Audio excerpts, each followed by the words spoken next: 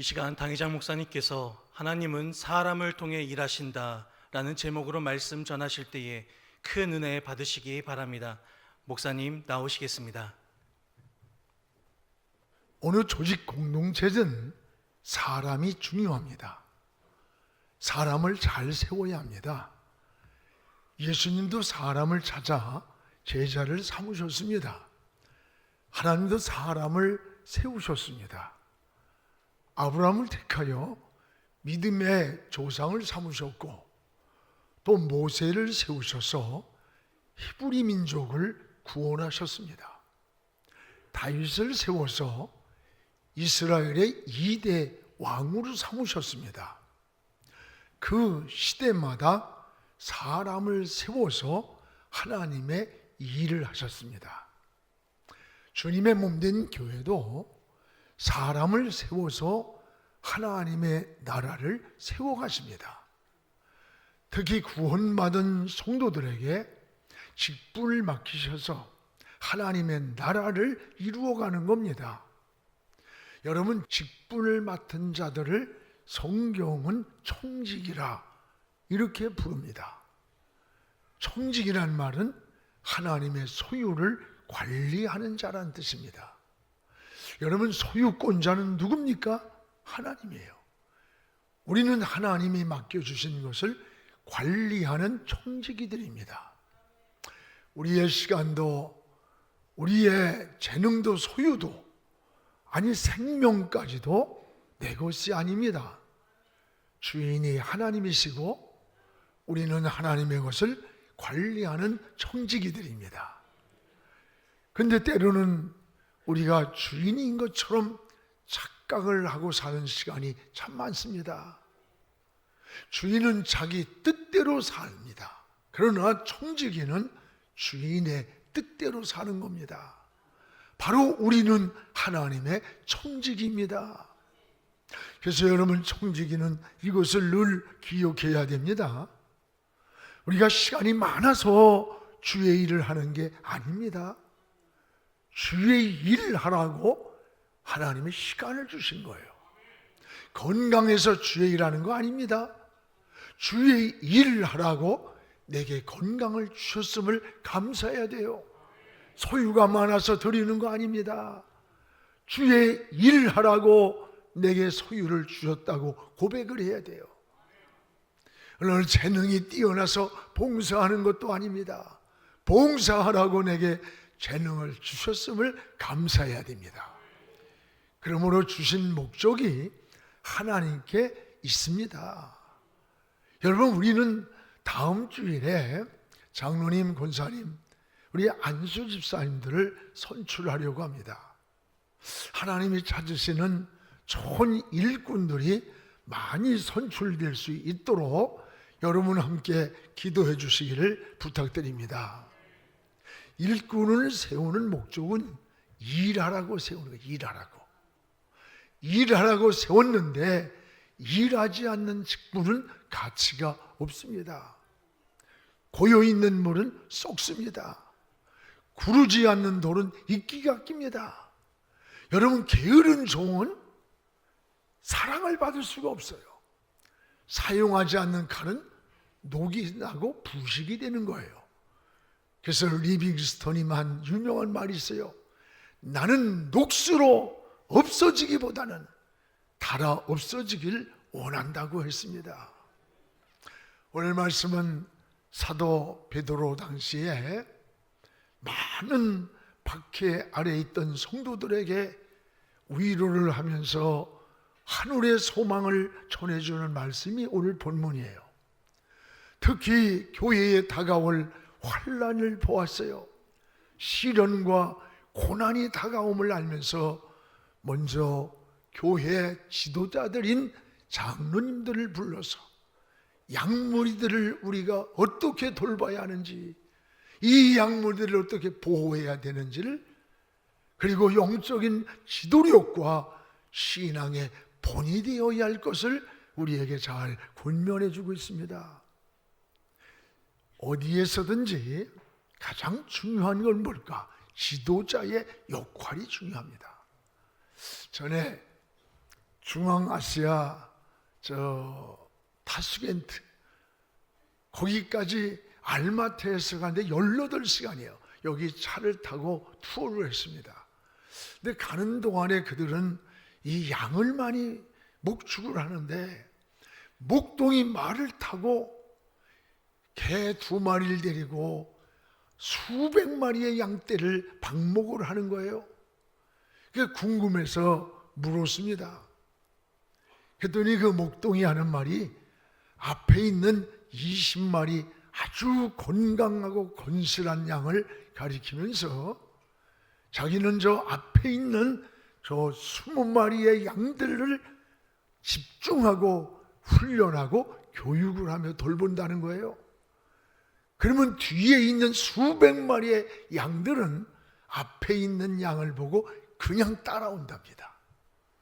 한 번은 앞에 있는 그 양이 가다가 장애물에 걸려서 넘어졌대요. 목동이 달려와서 그 장애물을 치웠는데 그곳에만 오면은 뒤따르는 양이 다 누워버린대. 아무리 목동이 때려도 안 된답니다. 왜 눕는지도 모르고 뒤에 따라오는 양은 앞에 양이 누웠기 때문에 그냥 눕는다는 거예요. 이 이야기를 들으면서 저는 놀라운 지혜를 얻었어요. 야, 앞에 있는 양, 저 앞에 있는 양만 잘 세우면 뒤에 양은 그대로 따라가는구나.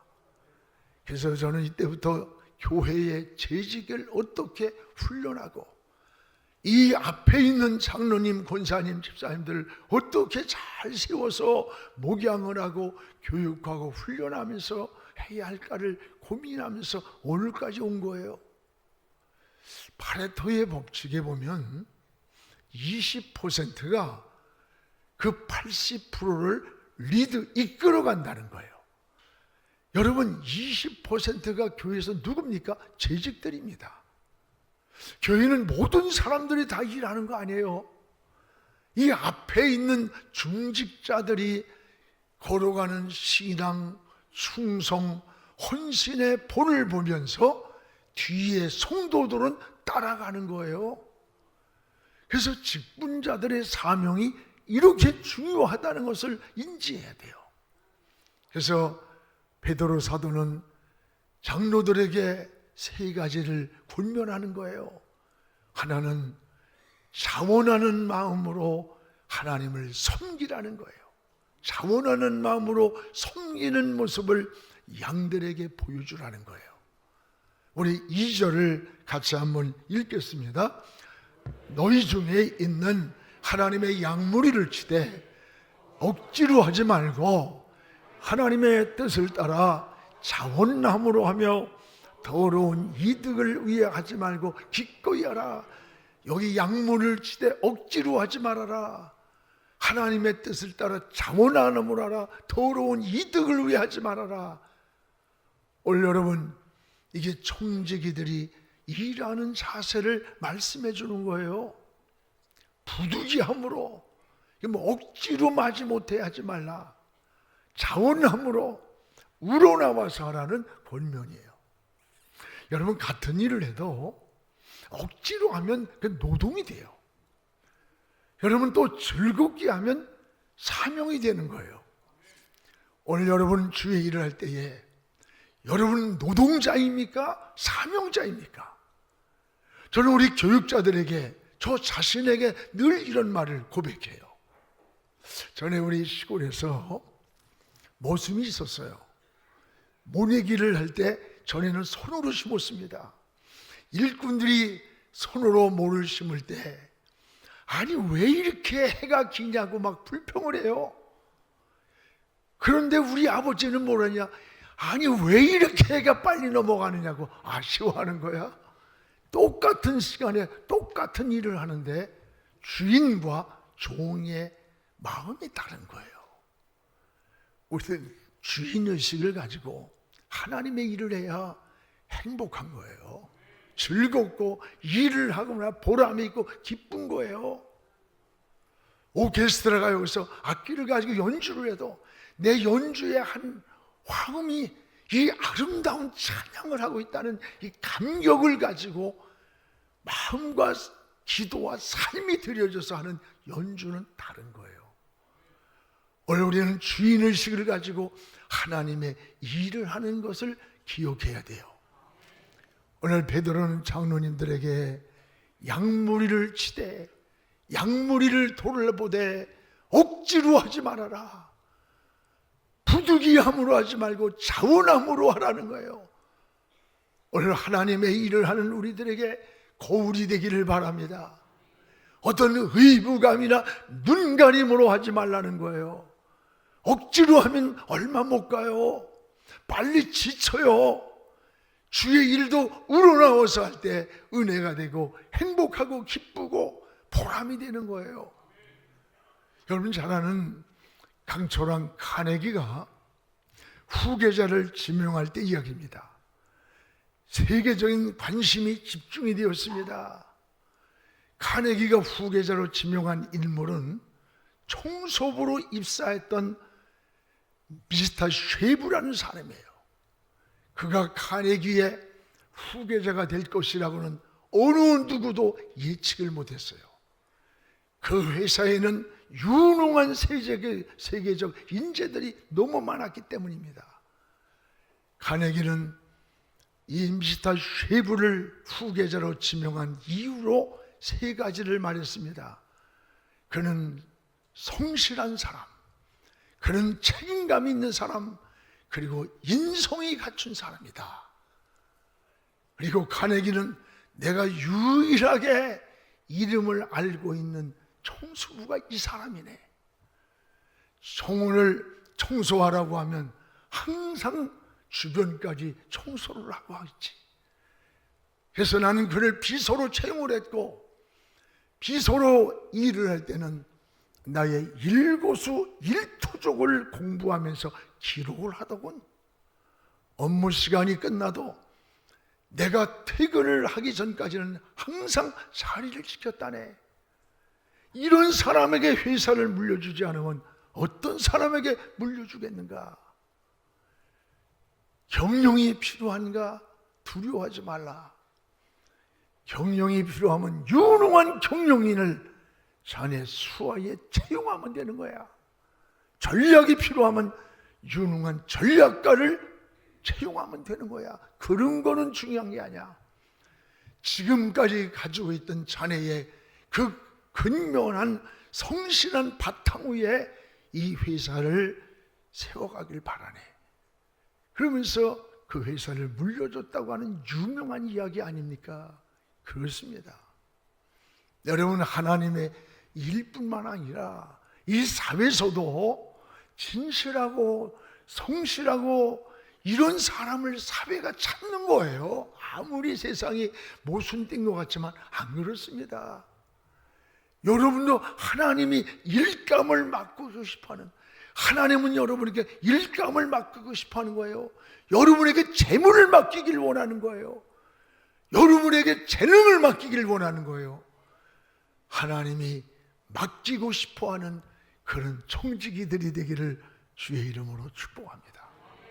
또 하나, 오늘 베드로는 청지기들은 양무리에게 본이 되어야 된다는 거야. 여러분, 지도자가 된다는 것은 본이 되어야 된다는 겁니다. 오늘 3절을 우리 같이 한번 읽겠습니다. 맡은 자들에게 주장하는 자세를 하지 말고 양무리의 본이 되라. 두 가지가 나와요. 양무리의 주장하는 자세를 하지 말고 양무리의 본이 되라.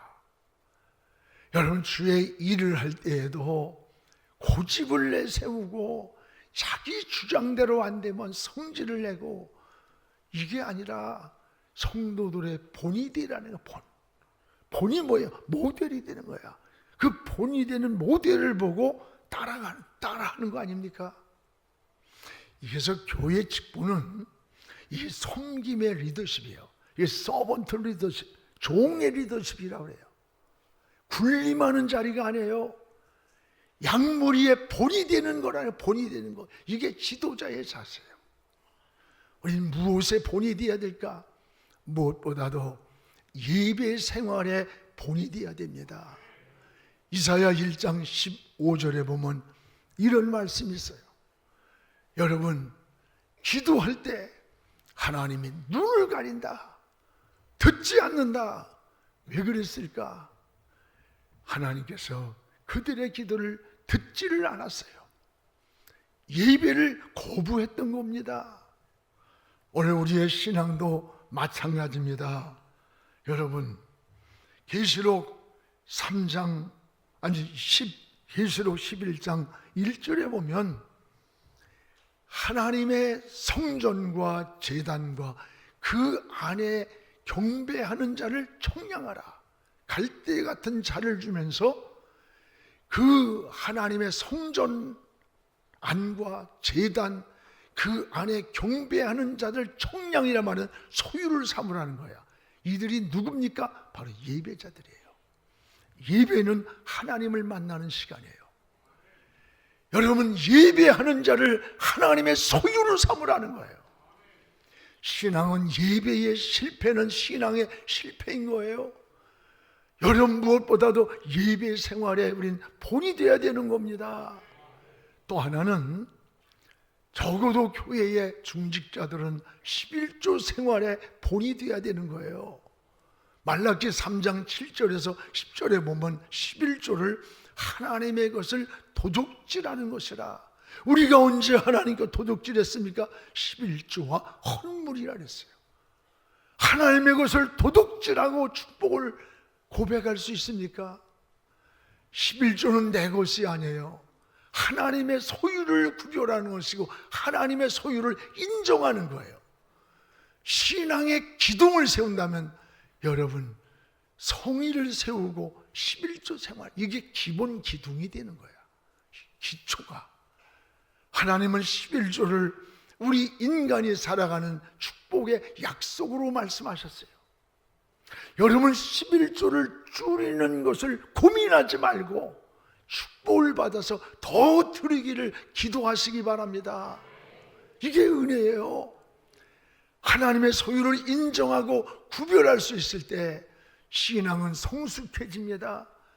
하나님의 실존을 경험하게 되는 거예요.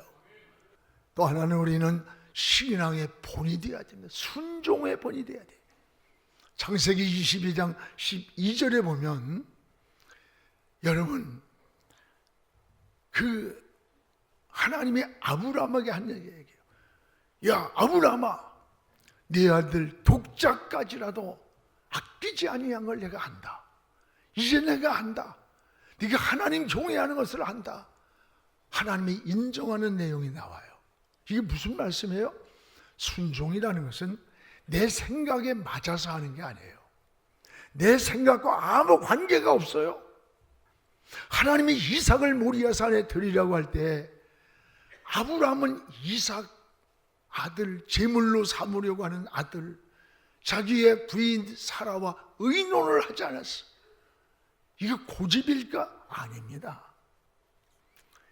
오늘 절대자의 명령 앞에 그들은 의논의 대상이, 타협의 대상이 될 수 없기 때문에 오직 하나님의 사인을 받아서 하나님의 말씀을 받아서 그냥 순종할 뿐이에요.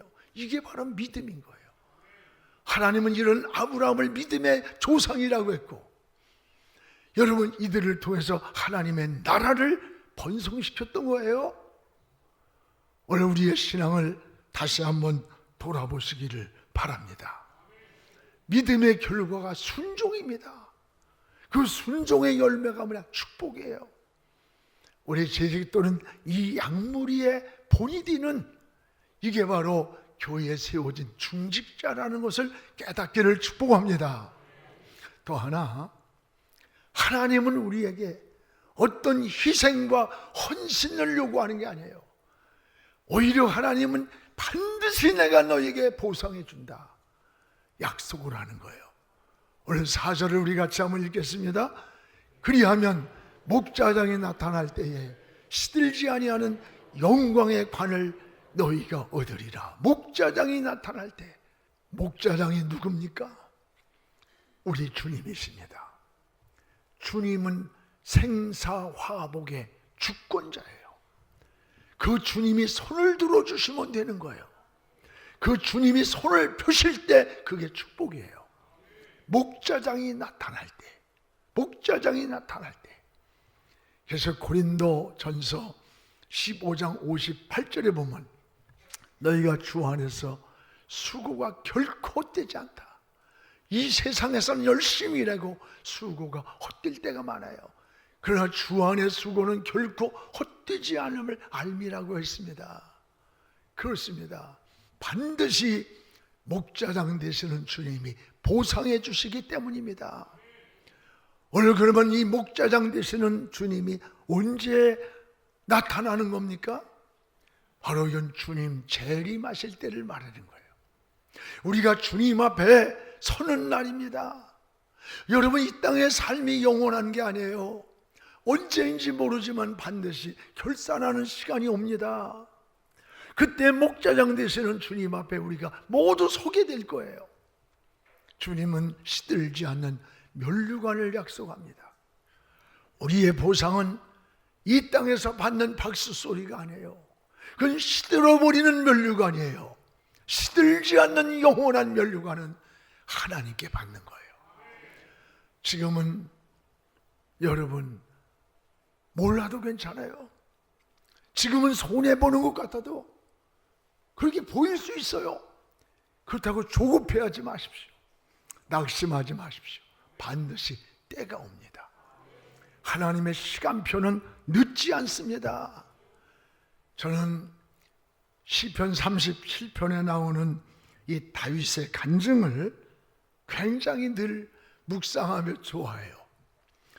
다윗은 시편 31편 5절에 노년에 이런 고백을 합니다. 내가 어려서부터 늙기까지 의인이 버림을 당하거나 그의 자손이 걸식함을 보지 못하였다. 여러분, 믿음으로 산 의인이 누구야? 믿음으로 사는 그 사람의 삶이, 그 자식들이 길거리에 거지가 되어서 구걸하는 걸 내가 어려서부터 늙기까지 보지 못했다. 믿음의 후손이 24년 지나서 넘어지나 아주 넘어지지 아니하면, 이 말이 뭐예요? 우리가 인생 살면서 실패할 수 있고 병들 수 있고 넘어질 수 있는 거예요. 그러나 아주 넘어지지 않는 것은 여호와께서 그의 손으로 붙드심이라. 여호와께서 그의 손으로 붙드심이라. 할렐루야. 하나님이 붙들고 있다는 거예요. 이게 우리 믿음의 고백이에요. 넘어질 수 있으나 아주 넘어지지 않는 것은 하나님의 손이 붙들고 있기 때문이라. 이것이 다윗이 노년의 간증입니다. 여러분, 우리는 얼마나 오래 살았느냐보다 인생을 어떻게 살았느냐가 더 중요한 거예요. 우리가 하나님의 영광을 위해서 살아야 하는 겁니다.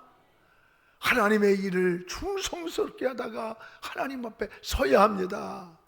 성도의 삶은 늙는 게 아니에요. 잘 익어가는 겁니다. 주님은 이렇게 말씀합니다. 계시록 22장 12절 13절에 일한 대로 내가 갚아주리라.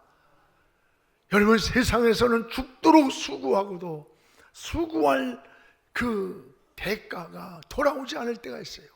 그러나 주의 이름으로 한 수고는 결코 헛되지 않은 줄 알미라. 헛되지 않은 줄 알미라. 그렇습니다. 사도 바울은 이 은혜를 알았어요. 그래서 사도행전 20장 24절에 바울은 사명을 앞에서 이런 고백을 합니다.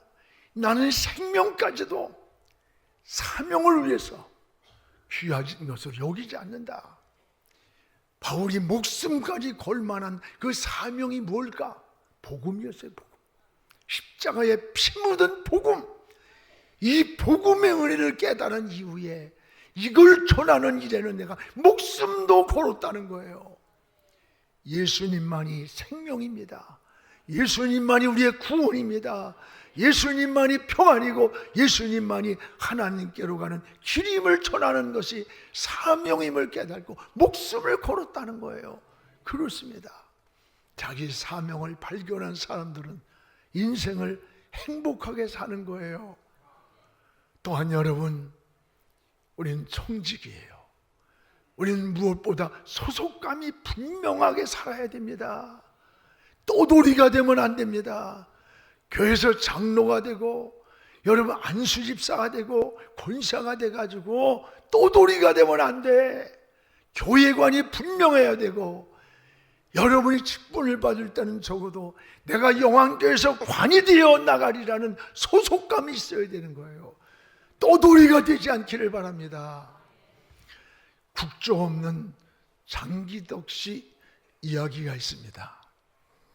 그는 동남아를 떠돌면서 살아가는 한국인입니다.